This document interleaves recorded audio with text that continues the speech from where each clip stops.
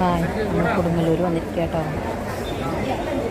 ഉച്ചപൂജയ്ക്ക് നട അടച്ചിരിക്കുക കേട്ടോ.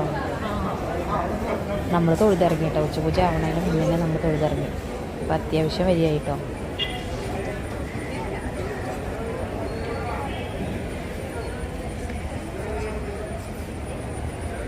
ഒന്ന് പുറത്തു കൂടെ വലം വെച്ച് വരാം കേട്ടോ.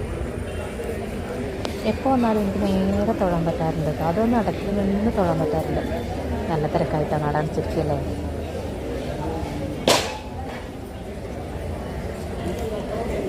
പിന്നെ വന്നിട്ട് നിൽക്കേണ്ടിയെന്ന് വന്നില്ല കേട്ടോ. നേരെ കയറി തൊഴാൻ പറ്റും.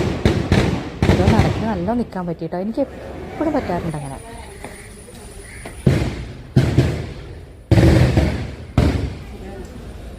അപ്പം കിട്ടിയിട്ടോ. പൂജ കഴിഞ്ഞ് നേരിട്ട് കിട്ടിയതാട്ടോ.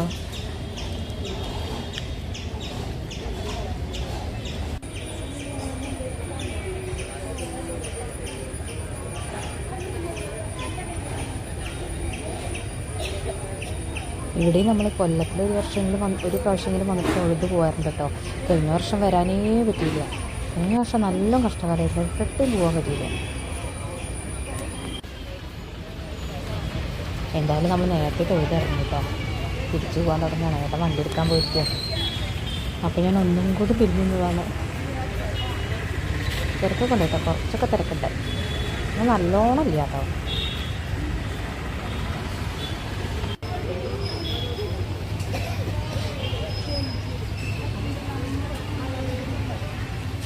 ഇടയ്ക്കൊക്കെ ഇവിടെ വന്ന് തൊഴുതാലേ ഒരു സമാധാനമുള്ളൂ.